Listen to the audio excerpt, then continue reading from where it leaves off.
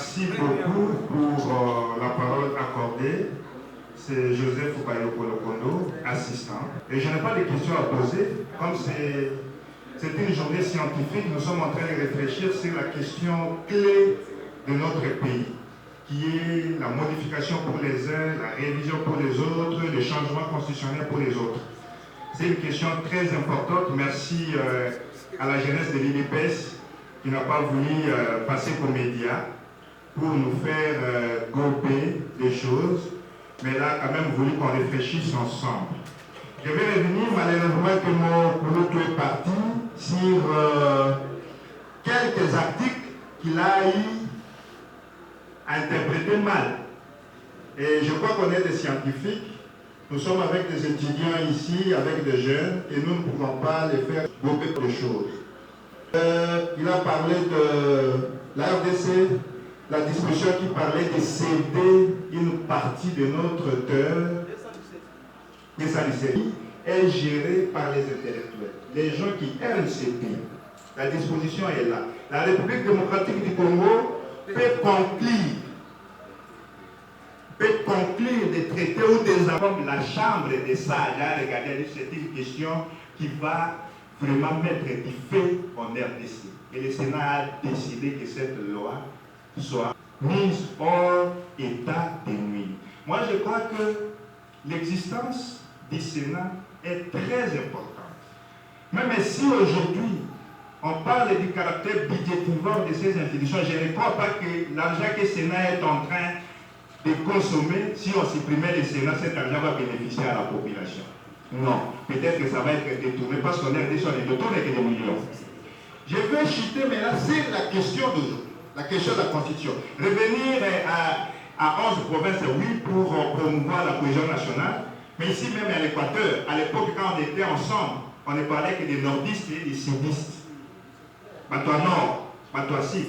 Ce n'est pas la décentralisation et le découpage qui est venu cette question de séparation, du tribalisme, et ainsi de suite. Mais quant à moi, le découpage et la décentralisation est venu rapprocher les gouvernants au gouvernement. Si nous avions des autorités sérieuses, on allait déjà constater le développement dans nos entités. Je suis sur la question maintenant de la Constitution. Nous sommes dans les articles 70, les articles 220, les articles 190 et machin. Mais personne n'a voulu évoquer, parler des articles allant du 16 à 49. J'ai lu un article parmi ces articles que moi je juge très important. C'est les droits de la population. Les devoirs de la population aussi, les devoirs de l'État vis-à-vis de la population. Je dirais même que la constitution de la RDC, c'est la constitution parmi les constitutions les plus intelligentes du monde. L'article 48. Le droit au logement décent, le droit d'accès à l'eau potable et à l'énergie électrique sont garantis. Je ne le condamne pas, c'est une injonction du parti. Et je suis très content parce que même les communicateurs du chef de l'État qui sont ici dans la salle sont contre la révision de la Constitution. Quant à moi, je suis en train de chuter sur les contre-vérités. Je chute sur les contre-vérités qui ont été dites par les chefs de l'État à Kisangani. La Constitution a été rédigée par les Congolais. Et en RDC, c'était à Kisangani. Là où ils prenaient ce discours-là, ce n'était pas l'étranger. Bien sûr, on avait un dialogue de sensibilité et tout, mais la Constitution n'a pas été rédigée par les étrangers et à l'étranger. Elle a été rédigée en RDC par les Congolais. Donc, quant à moi, je comprends que le président, dans une interview accordée à Top Congo, il pensait être au début du mandat. Pendant qu'il nous avait dit qu'on doit préserver les acquis, il briguait plutôt un deuxième mandat. Pendant que dans d'autres essiers, faire changer les conditions socio-économiques de la population ne demande pas 10 ans. Aux États-Unis, par exemple, c'est 4 ans. Mais l'IDPS qui aujourd'hui est au pouvoir, a connu vraiment dans 5 ans et demi Mouké.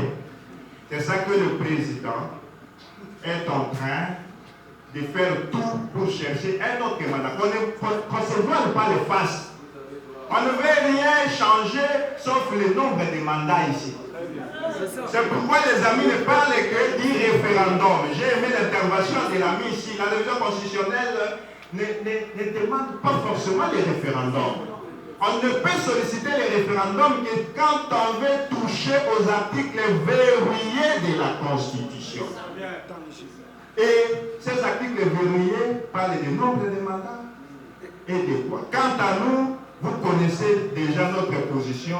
Nous disons non à la révision constitutionnelle.